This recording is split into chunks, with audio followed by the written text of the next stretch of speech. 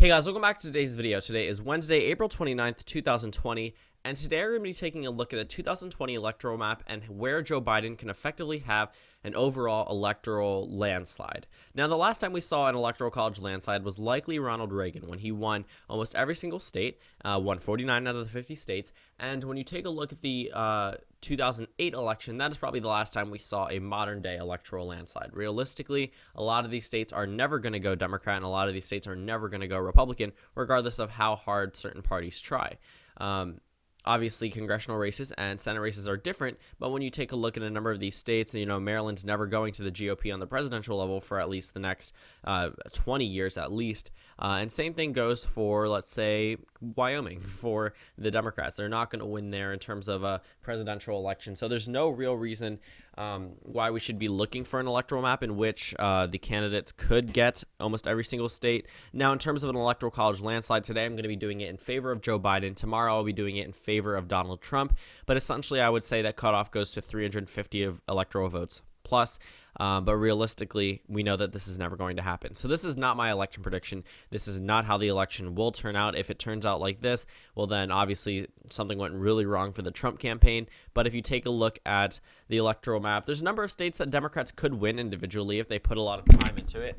For example, a state like Georgia is still in play, but again, the Democrats are definitely going to have to focus a lot of their money towards the Rust Belt, and states like Florida and Arizona, which they have a much better chance at flipping than Georgia or Texas.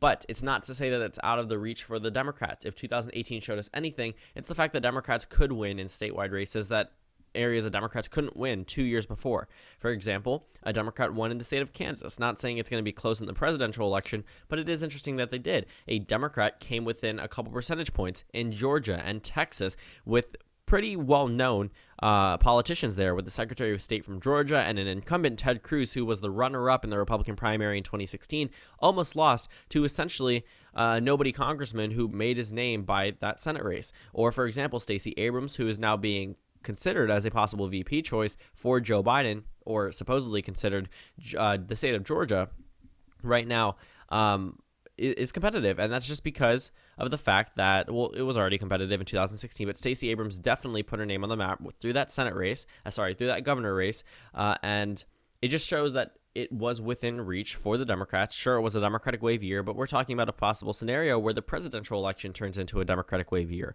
So let's talk about some of these likely states. So obviously we know that a number of these states are going to end up going to the Democrats regardless of it being a Democratic wave or not. Colorado, Nevada, and Virginia are pretty much solidified for the Democrats at this point. No realistic way that Donald Trump wins those states unless he focuses solely on those states, and even then he's going to be giving up a whole number of electoral votes to focus on Nevada or Colorado or Virginia. But when we look at, again, we have a number of likely Democratic states. They don't seem too unrealistic for just a general electoral map. Joe Biden's definitely going to mimic the number of electoral votes that Hillary Clinton got at least in 2016. I don't think that Donald Trump will win a larger electoral college margin than 2016. If anything, he's going to join Woodrow Wilson and Barack Obama in winning less electoral votes if he does win re-election, because I do not see a pathway for Donald Trump past a number of these states. Now, the reason why some of these states has tossed is because, again, we're talking about an electoral college landslide for Joe Biden. When we look, obviously, he would have to carry the Rust Belt. This is a crucial part to his campaign that effectively gives him the presidency, but at the same time, these are the three states that are going to be focused on, and I'm going to keep them within their margins. That if it was not necessarily electoral college landslide, this isn't a best case scenario. It's just more of a if the Democrats do very well or at least win, what margin would it be by, and what states it would be in. So I honestly think that Wisconsin will be the closest out of all of them, but they'll end up going for Joe Biden. And obviously they would need to if this is a landslide for Joe Biden. He's not going to carry Montana. Montana's probably, it could be a likely state. For right now, I'll just consider it safe because it just fills it in red and doesn't really matter to the overall electoral numbers. Over here, there's a couple of states that are definitely going to be likely, or at least below 15%. By the way, when I say likely, it's 5 to 15% for me. Lean is 1 to 5, and then less than 1%. But in favor of the Democrats or the Republicans is definitely, I would consider that tilt, because I don't like doing it with any numbers larger than that, because it's tilt. It shouldn't be larger than 1%. But when we look, obviously, up here, there's some states that are going to be closer. So I'm just going to fill those in safe red because, again, it doesn't hurt the electoral number, does not change the overall outcome of this race. State of Mississippi, I would say that one goes to the GOP, obviously. Joe Biden I don't think has any chance there. But if there's increased African American turnout, it could come within less than 15%. But at the same time, it won't matter because it's still Mississippi. South Carolina as well. South Carolina, I honestly think will be in play in maybe 8 years from now. Still a Republican state, but if the current demographic trends stay the same, South Carolina will be inevitably competitive just because of the amount of minority voters there. Joe Biden would still carry, he's going to carry the state of Arizona according to my projection right now, but Arizona obviously would have to go to Joe Biden if we're talking about him winning an electoral college landslide. He would have to win in Ohio and Iowa, and honestly, I think those states are pretty much going to be very difficult for Joe Biden. Though they both went to Barack Obama when he ran both times, it's still a Trump state. Donald Trump, they saw something in Donald Trump that they didn't see in a lot of these corporate Democrats that really ended up hurting the Hillary Clinton campaign in a number of other states. The same thing that those Ohio and Iowa voters saw, so did Michigan and Wisconsin and Pennsylvania and Minnesota. Okay, Hillary Clinton narrowly won in Minnesota, and she has a lot of people to thank for that. But again, she should have been focused way more on the Rust Belt, and a lot of people just didn't see her as genuine. And for some reason, a working class group, worked better with a billionaire president than they would have if it was Hillary Clinton, or at least that's the way that they voted, which is really interesting to me. The fact that Donald Trump as a billionaire had more of an appeal to a working class than Hillary Clinton, really goes to show how far people really disliked her on the national stage. And Joe Biden doesn't have nearly as bad of an approval rating, which is exactly why he has a much better chance at the presidency. There's a number of factors that Joe Biden is going to benefit off of that Hillary Clinton couldn't benefit off of, and it's going to end up helping his campaign altogether. If you guys saw, there was a, political ad circulating around Twitter where they showed all of the Republicans' good words about Joe Biden, from Lindsey Graham to Mitch McConnell, to a number of Republican people that praised Joe Biden, calling him, one of the best men that they've ever met in politics. That's not going to play well if that goes in swing states and you actually see, your Republican senator or a famous Republican senator praising the Democratic nominee. Same type of play that Michael Bloomberg had when he was running in the Democratic primary by using Obama's words for his campaign. So Florida is obviously just a go-to state.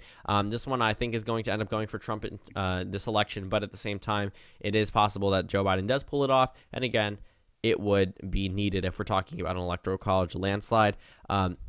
North Carolina would have to fit in there as well. Though Obama was competitive in Indiana and Missouri, he's honestly not going to carry it. These are states that were solid in 2016. There was, absolutely no way that Hillary Clinton was going to carry them, and it was just wishful thinking that those states were actually competitive. The Real Clear Politics map may have had them competitive at one point, ended up.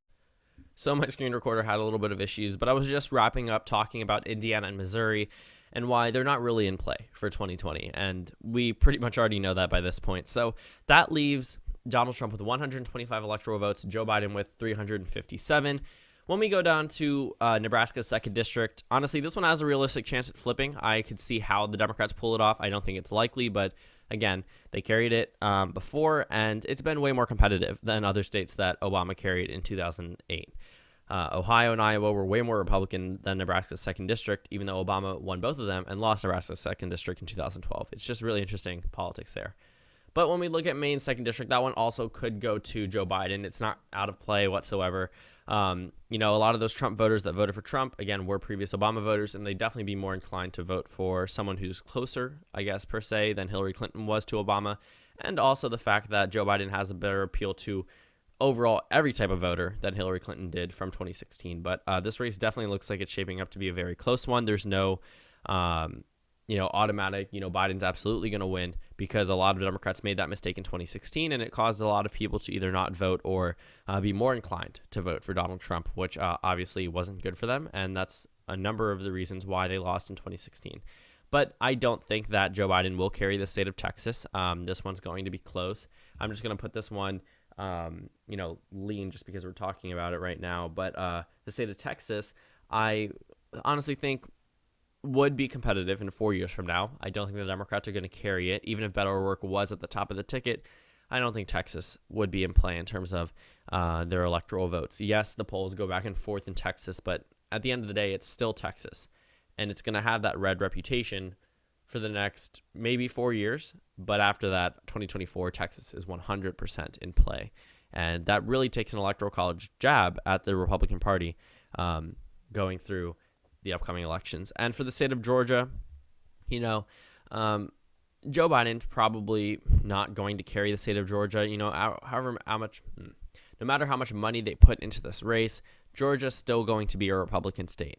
I understand before this one could have been close, and yes, it showed that it could have been close in 2018, but no matter how hard the Democrats try, Georgia realistically isn't going to go to them unless something changes with Donald Trump, because yes, he may not be a popular guy there amongst Republicans, and you know, he may not be, obviously his approval rating amongst Republicans must be high, but what I'm saying is he's not the type of Republican that would have won there overwhelmingly in 2016. Those were Mitt Romney and John McCain Republicans, and Georgia definitely doesn't treat Donald Trump like that. And yes, there are a number of key demographics that definitely help the Democrats in the state of Georgia, but again, I don't think that it's going to end up going for the Democrats. So in Electoral College, I guess effective now, what we would consider a landslide, 350 electoral votes plus, this is what the map would end up turning into. 359 electoral votes for Joe Biden, 179 for Donald Trump. Tomorrow's video will be Donald Trump versus Joe Biden, with Donald Trump in the favorite in terms of an Electoral College landslide. It's going to be a lot harder painting a red map than it is a blue map, just because of the way that the electoral map is shifted and where the direction of the country is right now. But at the same time, when you look at the 2016 map, there are some states that were insanely close and could be close in 2020. So thank you guys so much for watching this video. Make sure to comment down suggestions below, and I will see you all tomorrow.